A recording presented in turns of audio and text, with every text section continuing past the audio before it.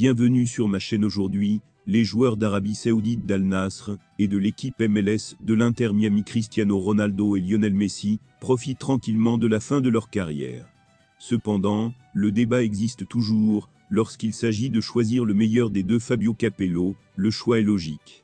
Avant de continuer, prends le temps de souscrire et appuyez sur la touche de notification pour les futures vidéos. Laissez vos commentaires. Lionel Messi et Cristiano Ronaldo sont impliqués dans un match de longue durée qui choque le monde du football depuis de nombreuses années.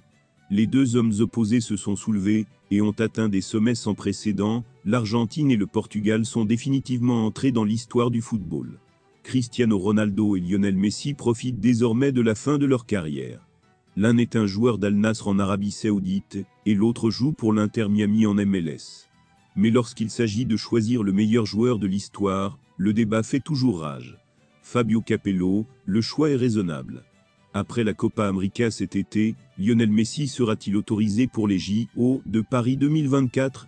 À 3 mois du premier match du Maroc contre Geoffroy Guichard, le sélectionneur argentin des Spous, Javier Mascherano, y croit encore. Malgré l'opposition de l'équipe de David Beckham, exprimée par l'entraîneur et compatriote Tata Martino, l'entraîneur de l'Albiceleste U23 Javier Mascherano espère toujours qu'ils resteront amis.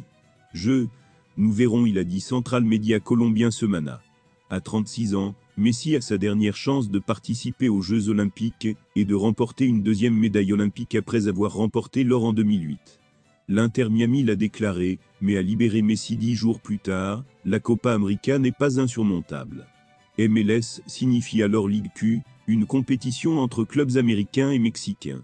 Les huitièmes de finale débutent le 9 août, dernier soir de la compétition olympique, et Messi pourrait revenir à la fin de la Coupe de la Ligue. L'espoir de l'Argentine, boosté de préférence par 3 joueurs de plus de 23 ans. Ensuite avec le Maroc, puis l'Asie, TQO en cours. Et l'Ukraine, les 27 et 30 juillet, cette fois avec Groupama au stade.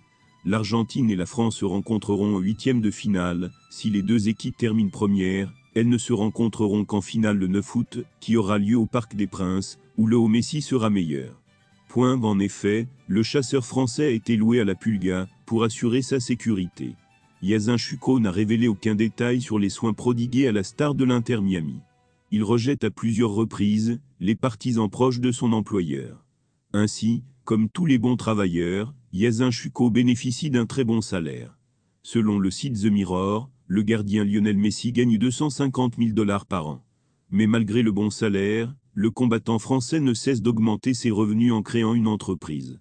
Le deuxième, le Messi, a accepté de promouvoir sa ligne de vêtements Guarda et de sortir l'un des maillots de la marque. L'Argentin a également partagé ses connaissances avec ses gardes du corps, qui ont également pu prendre des photos avec Luis Suarez et Sergio Busquets.